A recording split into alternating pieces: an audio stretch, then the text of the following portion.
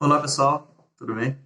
Meu nome é Pedro, eu vim aqui apresentar para vocês ahm, a minha introdução à musicologia computacional. Essa apresentação vai durar mais ou menos uns 45 minutos e eu vou falar principalmente sobre três assuntos aqui dentro do escopo da musicologia computacional. O primeiro deles vai ser, eu vou falar sobre representações musicais, no caso, representações computacionais de informação musical. Dentro dessas representações, eu vou falar da possibilidade de representar música numericamente, eu vou falar da possibilidade de representar música simbolicamente e representar música em termos de acústica, certo? Um, Seguindo para o próximo tópico que eu vou apresentar, eu vou falar da utilidade de representar a música dessa forma e como a gente pode usar computadores e representações musicais para fazer algumas coisas, como, por exemplo, síntese musical, análise, pesquisa sobre a história da música, enfim, as possibilidades, como a gente vai ver, são bem amplas. Seguindo em frente, eu vou apresentar algumas conclusões e algumas considerações finais sobre o conteúdo que eu vou passar. E espero que vocês possam ter uma boa introdução à área da musicologia computacional. Então, iniciando o nosso primeiro tópico, eu vou falar sobre representações, certo? Antes de falar sobre representação, eu preciso gerar algum som para a gente poder representar computacionalmente. E eu vou usar o computador para fazer isso.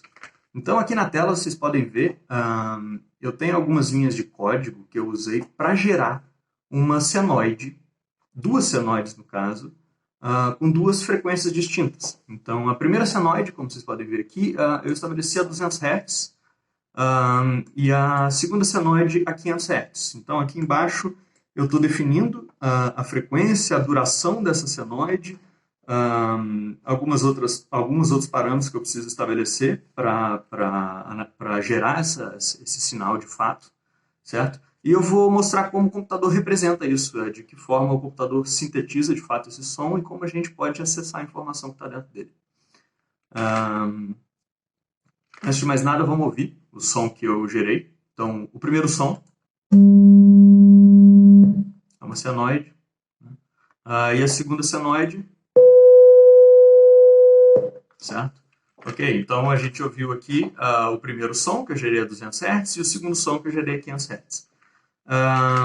E agora, entrando no assunto de representações, de fato, certo? A primeira forma de representação que eu vou apresentar para vocês, ou seja, como essa informação está contida dentro do computador de fato, são as representações numéricas. Então, basicamente, cada senoide que eu gerei, ela tem uma informação temporal discreta, ou seja, você tem uma série de pontos numa linha temporal, com um número que representa a amplitude dessa onda naquele determinado ponto. Certo? Então, aqui, como vocês podem ver na tela, nesse primeiro bloco, eu tenho os pontos temporais do primeiro som a 200 Hz. Então, isso aqui está me dizendo o seguinte: bom, no primeiro ponto que eu tenho de tempo, eu tenho uma amplitude zero, ou seja, ela está no eixo X ali, ela está no zero. No eixo Y, ela está no zero. No segundo ponto, a amplitude sobe para 500, para 0,56 e assim em diante, certo? E basicamente, a partir dessa modulação de amplitude é que eu consigo gerar informação de frequência, certo? Então, basicamente, é essa forma que a gente representa a informação de frequência numa senoide. No caso, na verdade, qualquer tipo de onda seria tanto... a gente poderia apresentar essa representação numérica. Ok, aqui embaixo eu tenho a segunda onda, que é a frequência um pouco mais alta, ou seja, ela sobe mais rápido do que a segunda, assim como a gente pode ver. Entre o primeiro e o segundo ponto, a gente já tem uma subida de amplitude muito mais alta, considerando que elas têm a mesma amplitude. Ok, essa é uma forma de representar. Então, basicamente, o que eu estou dizendo para o computador na hora que eu peço para ele gerar uma senoide para mim? Eu estou dizendo, cara, gera para mim um som cujas amplitudes se modulam e completam ciclos num determinado período de tempo. Então, é isso que eu fiz aqui nesse primeiro slide. E essa é a primeira forma de representação que eu queria apresentar. Basicamente, a gente tem números representando um sinal acústico. Certo?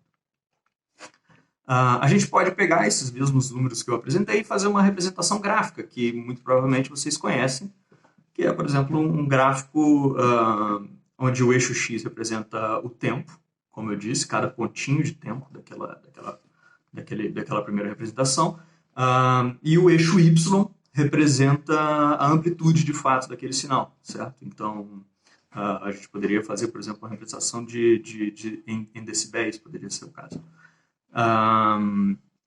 Ok, então aqui é uma representação gráfica daquela mesma coisa que eu apresentei no slide anterior.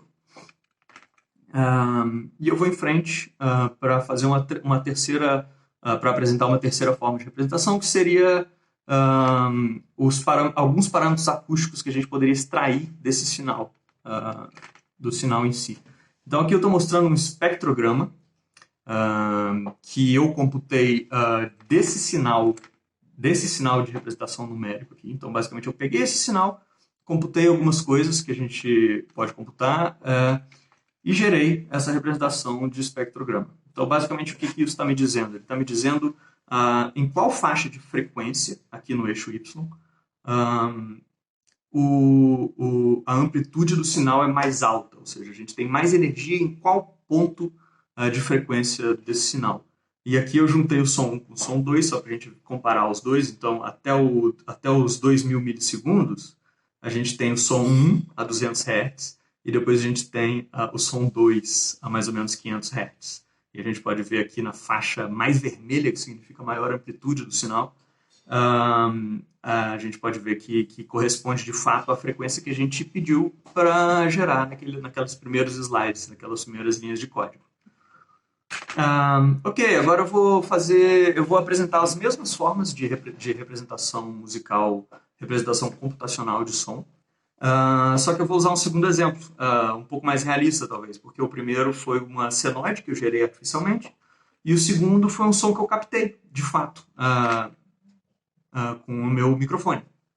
Então aqui vocês vão ouvir o som que eu captei. Olá, pessoal. É a minha voz falando olá, pessoal. E ok, como a gente representa isso? Como isso está representado? Como essa informação está contida e como a gente pode acessar ela no computador? A representação numérica, de novo, que foi o que eu apresentei da senoide, no caso é um pouco diferente, tem uma amplitude diferente, tem uma escala diferente, mas a ideia é a mesma. Em cada ponto a gente tem uma informação de amplitude e o sinal se dá de fato com modulações de amplitude ao longo do tempo. A gente, de novo, seguindo em frente, a gente pode representar isso graficamente.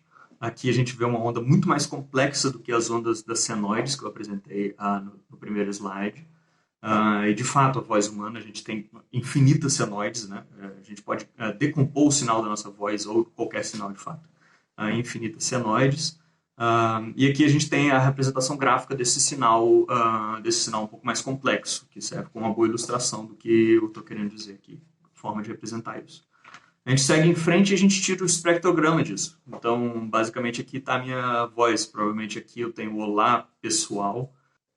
Então, aqui eu tenho as frequências onde a minha voz tem mais força, certo? Então, a gente pode ver aqui alguma coisa em alguns harmônicos superiores aqui em cima, enfim. E esse sinal foi decomposto, de fato, essa representação acústica de espectrograma do sinal foi decomposto, de fato, a partir desses números, dessas modulações de amplitude que a gente tem, que eu mostrei no primeiro slide. Né? Ok. Bom, seguindo para a quarta forma de representação, a gente pode falar das representações simbólicas. Certo? E o que é uma representação simbólica? Basicamente, é algum sistema notacional que eu uso para representar algum tipo de informação musical. Certo? Então, aqui a gente tem um exemplo clássico de uma partitura do Real Book, com a Garota de Ipanema. E aqui a gente tem um monte de informação sobre o sinal acústico que isso quer representar, ou o sinal musical que isso quer representar. Então, basicamente a gente tem aqui uma nota Lá, que depois vai para uma nota Fá, depois vai para uma nota Mi. E o ponto que eu quero trazer aqui é como eu represento isso no computador, como que o computador vai ler esse tipo de informação, como que o computador extrai esse tipo de informação. Então, uma das formas mais usadas para representar esse tipo de informação é o MIDI, certo? Eu vou mostrar aqui, por exemplo, Eu peguei essa partitura e eu decompus ela em formato MIDI. Então, basicamente, aqui eu tenho um exemplo de como essa informação pode ser decodificada.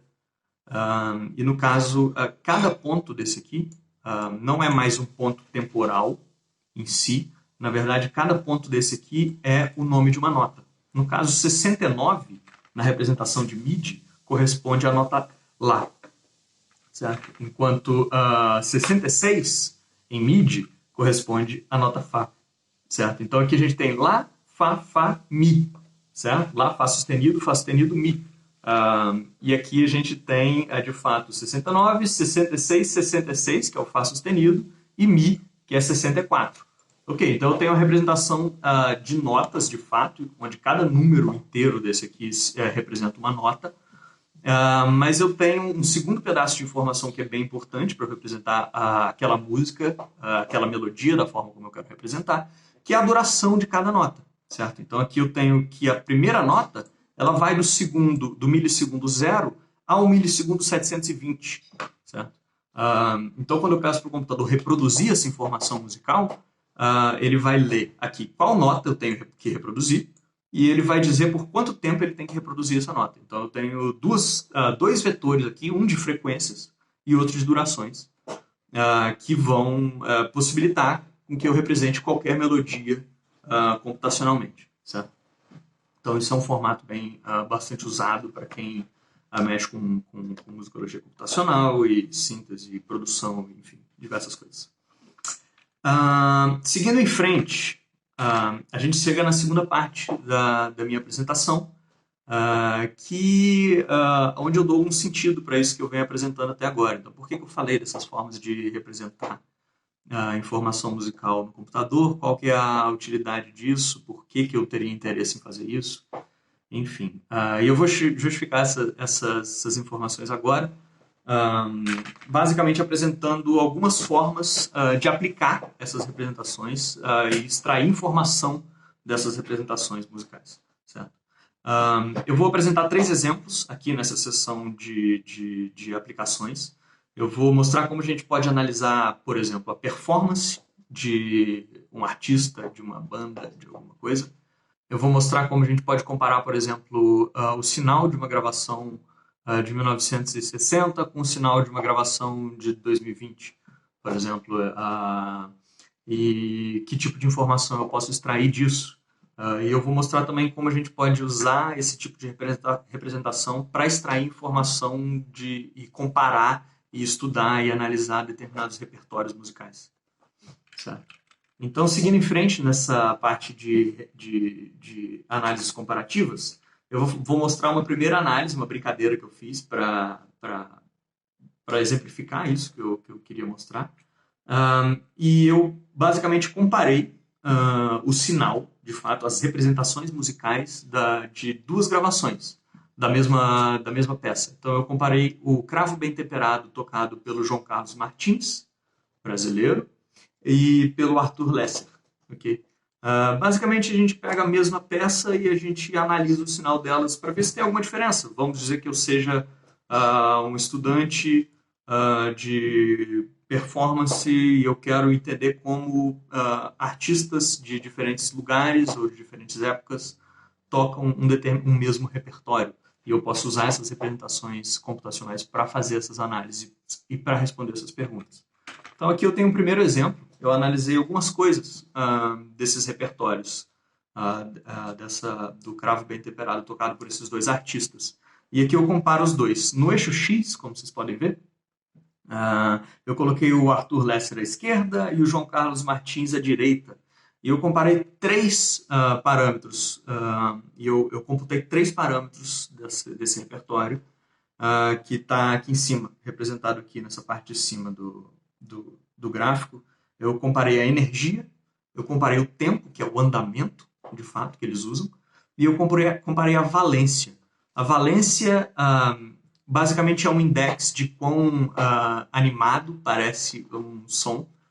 Basicamente, é uma forma que a gente tem de computar alguns parâmetros acústicos e estabelecer uma correlação com alguns aspectos perceptuais desse parâmetro acústico. Então, quanto mais quanto maior a valência da peça, mais animada, talvez mais feliz, essa peça tende a soar para o ouvinte. Energia, por outro lado, também é um parâmetro que a gente extrai do sinal acústico e que corresponde com também um aspecto perceptual do quão forte a gente percebe o som. Por exemplo, uma guitarra distorcida tende a ser mais energética do que uma flauta doce, certo? Então, alguns parâmetros entram na forma como eu computo energia, como loudness, que é volume, certo? Variação de volume, distorção, ganho, são várias formas que a gente tem, mas o que é importante vocês entenderem aqui é que a energia está dizendo, o meu index de energia está falando algo sobre esse sinal que eu estou analisando, o meu index de tempo está falando o andamento dessa peça que eu estou analisando, e o meu index de valência está falando sobre o quão animada essa peça que eu estou analisando. Então vamos às análises de fato. O primeiro caso, a gente vê a energia aqui, a gente pode comparar uma coisa bem interessante. Parece que o João Carlos Martins tem uma interpretação mais energética do cravo bem temperado. O que é interessante, a gente pode parar para ouvir. Não vou fazer isso aqui agora por falta de tempo, mas a gente pode parar para ouvir e ver se de fato isso aqui faz sentido. Será que de fato a energia do João Carlos Martins é maior? De modo geral, aqui eu tirei uma média da energia de todo o cravo bem temperado, certo? Do que a do Arthur Lesser. Outra coisa interessante, seguindo para o próximo parâmetro, seria o tempo.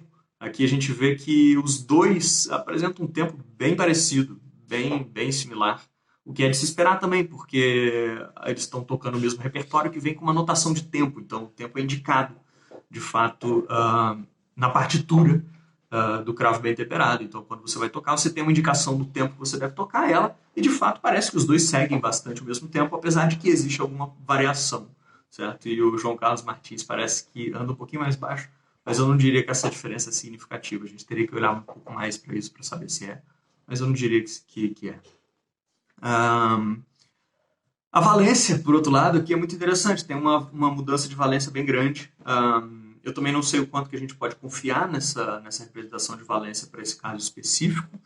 De novo, tudo isso que eu estou mostrando agora são exemplos, não são comparações que eu estou tentando fazer de uma forma válida cientificamente. São, de fato, exemplos do tipo de análise que a gente pode fazer com essas ferramentas computacionais. E aqui parece que o Arthur Lesser é um pouco mais valente do que o João Carlos Martins. A gente pode ouvir e ver se de fato isso corresponde à nossa percepção do que é aquilo de fato. E a gente pode usar esses indexes para estabelecer alguma pergunta. Essa é uma pergunta, por exemplo, qual é a diferença da interpretação do cravo bem temperado entre esses dois artistas, certo? E aqui eu tenho algumas respostas. Ilustrativas, mas respostas. Seguindo em frente, eu tenho mais alguns exemplos. Ainda sobre a questão sobre o caso de Arthur Lesser com João Carlos Martins, eu computei uma outra estatística aqui que é de variação desses parâmetros, certo? Então a gente vê que a variação deles é muito grande para que a gente confie de fato nessas diferenças, certo? Tem um overlap bem grande entre a valência, o tempo e a energia desses dois, certo? Apesar de que por exemplo, mas uma informação interessante que a gente pode extrair daqui é que a variação de energia do João Carlos Martins parece ser um pouco maior do que a variação de energia do Arthur Lesser, certo? Tempo é a mesma coisa, uma diferença aparentemente pequena, mas parece que se fosse para fazer se fosse para chutar de alguma forma, baseado nesses dados que eu levantei, eu diria que o João Carlos Martins tem uma variação de tempo, ou seja, ele muda o andamento mais do que o Arthur Lesser na interpretação do cravo bem temperado, certo? Enfim, são algumas possibilidades de informação. Antes eu dei uma estatística uma medida de tendência central, que é basicamente eu estou te dizendo a média de valência, a média de energia, e aqui embaixo eu estou mostrando a média, mas eu estou mostrando também a variação disso ao longo da peça inteira, certo? Então isso é um outro dado que a gente pode tirar desse sinal que eu mostrei como está representado nos primeiros slides. Legal, a gente fez algumas comparações do mesmo repertório sendo tocado por dois artistas diferentes. Agora vamos fazer uma comparação de dois repertórios diferentes tocados por dois artistas diferentes, de fato. Então aqui eu peguei um exemplo clássico do jazz, que seria o Birth of Cool, do Miles Davis, e o Giant Steps, do John Coltrane. E eu computei algumas estatísticas que eu achei interessante. De novo, são ilustrações, não é uma análise para ser levada ao pé da letra, mas servem como boas ilustrações do que a gente pode fazer com essas ferramentas que eu estou apresentando. Legal, o que eu fiz? Eu computei a energia, o tempo e a valência, de novo, desses dois álbuns. Então, aqui no eixo X a gente pode ver o John Coltrane à esquerda e o Miles Davis à direita, no Birth of the Cool e o Giant Steps. E a gente vê algumas coisas interessantes. Por exemplo, a gente vê que a medida de energia é um pouco maior para o John Coltrane do que eu esperava que fosse, de fato. O tempo, por outro lado, parece bem similar, o que foi um pouco choque para mim. Eu esperava que o Giant Steps fosse ser um pouco mais para frente, que o ritmo, que o andamento fosse um pouco mais elevado, mas não se segura a nível de sinal, não, parece que não. E quando eu fui ouvir de novo, parece que faz sentido mesmo, né? Era uma impressão errada que eu tinha, e nesse caso esses dados me ajudaram a perceber isso. Aqui outra coisa que a gente vê é a valência, certo? Essa medida do quão cheerful, do quão animado ou alegre seria um álbum. A gente vê essa medida aqui maior pro Birth of Cool, e faz sentido, do que pro Giant Steps do Coltrane, né? Legal, vamos seguir em frente. Eu comparei mais algumas medidas de dispersão para essa mesma dupla de álbuns, né? Então aqui eu vejo algumas coisas que nada particularmente muito interessante, na minha opinião. Apenas que, por exemplo, parece que a energia varia mais no John Coltrane do que no Miles Davis. O que isso quer dizer? Não sei. O interessante é que a gente consegue extrair essa informação de alguma forma. E o que isso quer dizer depende da pergunta que a gente quer responder e depende de um monte de coisa. Mas, de novo, o meu objetivo aqui é mostrar que a gente consegue levantar esse tipo de dado usando representações computacionais do som. Eu vou seguir em frente e vou para... não, desculpa, eu tinha mais uma análise que eu achei mais legal desse mesmo par de álbuns. Eu computei aqui duas coisas. Eu computei quantas vezes, absolutamente, cada artista muda de tonalidade, e eu computei a confiança que eu tenho nessa mudança de tonalidade. São dados complementares, mas diferentes. Vamos falar do primeiro caso aqui, rosinha. Aqui à esquerda eu tenho o John Coltrane e o Miles Davis, e eu tenho no eixo Y quantas vezes eles mudaram de tonalidade no álbum inteiro. Então eu pego a primeira música, vejo quantas vezes ele mudou de tonalidade, somo com o da segunda música, vou somando, e eu vejo que John Coltrane em Giant Steps trocou de tonalidade próximo de 80 vezes, enquanto que Miles Davis um pouco mais, certo? Uma coisa interessante de notar aqui é que eu computei valores absolutos, certo? Eu fiz a somatória de quantas vezes eles trocam de tonalidade entre música. Uma coisa mais interessante de se fazer, nesse caso, seria a média disso, né? Que eu dividiria esse número pelo número de tracks, de músicas que tem em cada álbum. Que aí eu controlaria para a variável de número de álbuns, certo? Aqui essa informação não é muito... essa informação não é muito informativa nesse caso aqui, porque, de fato, a gente precisaria ter uma medida de quantas tracks a gente está olhando, mas, de novo, é uma ilustração do que a gente pode fazer. À direita eu tenho Key Confidence, que é uma medida que eu tirei de quão confiante eu estou de que esse artista está nessa tonalidade de fato. E o que isso quer dizer? Da maneira mais simples possível. Basicamente, eu tenho uma ideia de como um sinal se comporta caso ele esteja numa tonalidade X ou Y. Por exemplo, eu tenho uma ideia de que o sinal deve se comportar dessa forma caso ele esteja em Dó maior, certo? E aí eu pego o sinal que eu tenho de fato, que nesse caso são esses dois álbuns, e eu vejo qual é a correspondência, qual é o nível de correlação, nesse caso especificamente correlação que eu usei, qual é a correlação entre esses dois álbuns, entre essas duas representações, a representação do sinal que eu tenho de fato e a minha ideia que eu tenho de como esse sinal deveria se comportar se ele estivesse nessa tonalidade. E aí eu tenho meu index de certeza tonal, certo? De key confidence, seria uma confiança de tonalidade. E eu vejo uma coisa interessante que para mim corresponde bastante à realidade, que é parece que é mais difícil dizer qual tonalidade o John Coltrane está, em média, aqui é média, certo?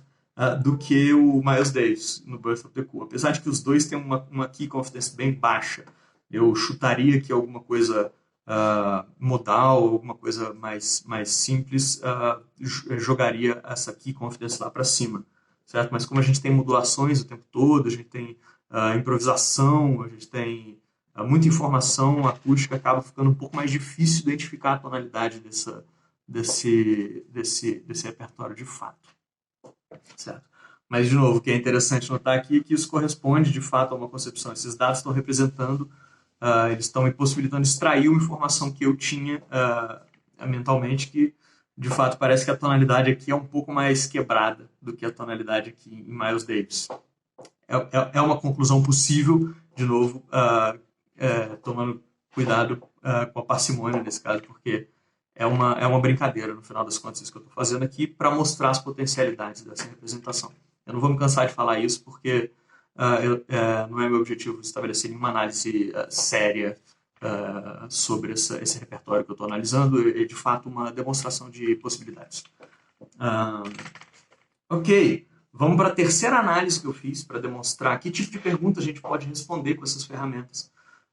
Então, o que eu fiz? Eu peguei uma linha temporal de compositores que eu gosto, que eu conheço da tradição europeia, erudita, e eu computei algumas estatísticas deles. Basicamente, eu usei aquele mesmo index que eu usei antes, que é o Key Confidence, seria a confiança tonal, que vocês podem entender como o quão, para quem é músico, o quão tonal é aquela harmonia de fato, e para quem não é músico, é talvez o quão bonitinho aquilo soe.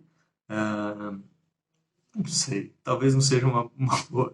É difícil definir tonalidade, mas enfim, isso aqui está dizendo basicamente se esse sinal se conforma a um determinado sistema que a gente chama de sistema tonal, certo? E olha que interessante que a gente encontrou aqui.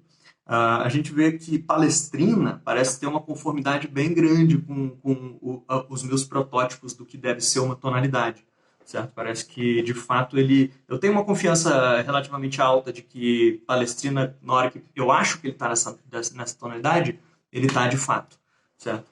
E isso vai descendo conforme a gente vai andando para a direita aqui no nosso eixo X.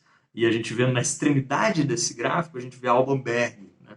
Então, tipo, segunda escola de Viena, amigo de Schoenberg, né? A gente imaginaria que, de fato, a minha key confidence cairia bastante aqui, certo? O que é interessante notar, Alban Berg, 0,2, próximo de 0,2 de confiança, que é um index de correlação, basicamente.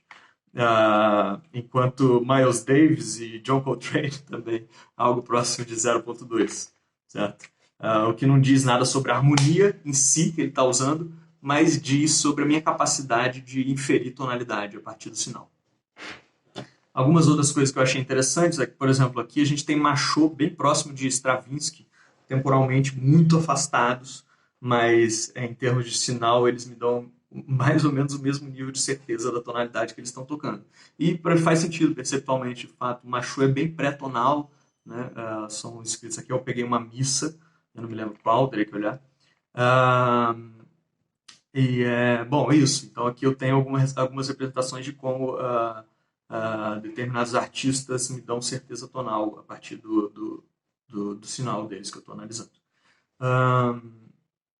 Legal, aqui Mozart, uma coisa interessante de notar é como Mozart, apesar de ser, eu poderia dizer talvez mais tonal do que Palestrina, minha certeza de tonalidade cai um pouco, e eu atribuiria isso a talvez complexidade harmônica, talvez seria aqui eu fico, como ele faz mudanças rápidas, eu perco um pouco em termos de algoritmo, né? O algoritmo que eu estou usando para extrair essa informação se perde um pouco nesse caso. Eu teria que ajustar meus parâmetros para poder talvez encontrar alguma coisa um pouco mais próxima da realidade. Enquanto que Palestrina, talvez por ser um pouco mais simples em termos de harmonia do que Mozart, eu teria uma tonalidade um pouco mais clara nesse sentido. De novo, tudo questionável que eu estou falando, mas o que eu estou dizendo é, dados essas estatísticas que eu estou apresentando, essas seriam perguntas ou suposições ou hipóteses possíveis de serem levantadas. Ok, recapitulando, eu apresentei 3 exemplos de como a gente pode usar essas ferramentas e essas representações computacionais para analisar repertório, para fazer perguntas e para responder determinados questionamentos que a gente tem sobre repertório, sobre performance, sobre evolução da música numa linha temporal. E essas ferramentas que eu apresentei podem ser uma ferramenta interessante para o musicólogo e para alguém que tenha interesse de fato em responder alguma pergunta e esteja disposto a lidar com o dado de fato do que a gente tem sobre aquela música, sobre aquele repertório. Sobre as considerações finais que eu quero fazer, a área de musicologia computacional não é nova. Talvez ela esteja ganhando um pouco de notoriedade agora por causa da acessibilidade que a gente tem às ferramentas, a acessibilidade que a gente tem à informação, mas é sem dúvida uma área a ser explorada bastante pelos músicos e pelas pessoas interessadas em responder perguntas sobre música, ou entender como música funciona de modo geral. E algumas considerações finais, as minhas considerações finais vão girar em torno dessas minhas afirmações agora, de que a gente tem bastante coisa para tirar da musicologia computacional. Os exemplos que eu apresentei são ilustrações de como a gente pode usar essas ferramentas, mas, de novo, elas são uma pequena... a gente está assim, arranhando a superfície do que a gente pode fazer com isso. As possibilidades são, de fato, infinitas. E aqui eu coloquei, né, vocês podem ver no slide, eu coloquei alguns poucos exemplos de grupos e fontes de informação que a gente pode ter sobre a área. Então, a gente tem o Simpósio Brasileiro de Computação Musical, que é bianual, se eu não me engano, acontece uma vez a cada 2 anos. A gente tem o SMIR, que acontece anualmente, que é International Society for Music Information Retrieval. Essa área, essas palavras, 3 palavras aqui, M-I-R, essa sigla, MIR, Music Information Retrieval, é uma coisa que vocês vão encontrar bastante caso vocês se interessem na área de computação musical. A computação musical é bastante usada nessa área de Music Information Retrieval e, basicamente, como um todo, o que a área tenta fazer é recuperar, de fato, informação musical. Então, a gente tem alguma pergunta, a gente quer desenvolver algum algoritmo para, por exemplo, te sugerir uma música baseado no seu gosto, então a gente tem que extrair do sinal das músicas que você ouve ou das características do repertório da música que você ouve, algumas coisas que me indiquem qual é o seu gosto musical de fato, e aí eu posso fazer uma sugestão baseada nesses parâmetros. Por exemplo, você gosta de uma música mais energética do que uma outra pessoa, então se eu for te sugerir uma música, talvez eu consiga te sugerir uma música que tenha um nível de energia um pouco maior. Um exemplo bobo de como a gente pode usar esse tipo de ferramenta para, por exemplo, sugerir músicas numa playlist, para um DJ ou para alguma coisa do tipo. Isso são exemplos fora da musicologia de fato, mas é algo que tem uma interseção muito grande com essa área de Music Information Retrieval. E é algo que vocês vão encontrar bastante na literatura, caso vocês tenham interesse em ler mais. Alguns grupos de computação musical. Aqui no Espírito Santo a gente tem na UFES o NESCOM. A gente tem em São Paulo também um grupo bem interessante, o grupo de computação musical do IME, que eu tenho alguns colegas que trabalham. Na UFRJ a gente tem o Musmat, que eu também já ouvi falar super bem. Não trabalhei em nenhum desses centros, mas são grupos que fazem um trabalho que eu gosto bastante de acompanhar e que podem ter alguma coisa interessante, caso vocês tenham interesse. Certo? Algumas notas sobre acessibilidade disso tudo que eu falei. Uma coisa muito interessante sobre tudo isso que eu falei é que todos os dados que eu levantei são de acesso público, absolutamente gratuitos. Todas as ferramentas que eu usei são absolutamente gratuitas, então todo o código que eu apresentei aqui hoje, naquelas letrinhas de cima, antes de todos os gráficos e tudo mais, todo o código que eu usei para gerar essa apresentação foi escrito em R, que é uma linguagem de programação aberta e, enfim, absolutamente acessível, com uma comunidade de desenvolvedores super ativa e comprometida em fazer o ambiente funcionar de fato. Eu usei também bastante Python para recuperar essas informações do banco de dados do Spotify, que foi de onde eu tirei grande parte das informações acústicas que eu usei para fazer as análises que eu fiz. Python também aberto, o banco de dados do Spotify é aberto, e se você tiver disposição para passar pela camada de complexidade, talvez, do início, de começar a mexer com código, o mundo está aberto para você e essas ferramentas que eu usei estão abertas, completamente abertas. O sistema operacional que eu rodei tudo isso, toda essa apresentação e tudo isso que eu estou mostrando até agora, o Linux também é aberto, certo? Dado que você tem um hardware para rodar isso, você tem também, você tem tudo na sua mão. Isso é uma nota sobre a acessibilidade desse tipo de análise, desse tipo de ferramenta que eu estou colocando aqui. A continuação disso, eu estou abrindo um curso de computação musical, onde eu vou apresentar algumas coisas básicas sobre programação, de fato um início, para quem nunca viu nada de programação e quer, como eu entro nesse mundo, pode ter uma barreira de complexidade relativamente elevada, a gente tem que quebrar a cabeça e talvez uma mãozinha para ajudar nisso seja interessante. Esse curso está acessível aqui nesse QR Code. Se você passar a sua câmera do celular por cima dele, você vai ser direcionado para o site onde você pode se inscrever para o curso. Detalhes sobre o curso estão lá dentro, acho que não preciso falar aqui, mas você vai encontrar mais informação por lá. E é isso. Essa foi a apresentação que eu tinha para fazer. O meu nome é Pedro, de novo, o meu contato está aqui na tela, caso vocês queiram fazer perguntas ou conversar sobre qualquer coisa que eu apresentei aqui. Uma coisa interessante também aparecendo agora aqui no vídeo são os códigos que eu usei para gerar essa apresentação e para fazer as análises. Eles estão abertos, isso é uma coisa que a gente gosta de fazer. Então, se você quiser replicar qualquer coisa que eu fiz, estudar e tentar entender o que eu fiz aqui, mais devagar ou no seu próprio tempo, ou mudar alguma coisa, você pode fazer também acessando esse link com o QR Code aqui do lado. E é isso. Muito obrigado pela atenção e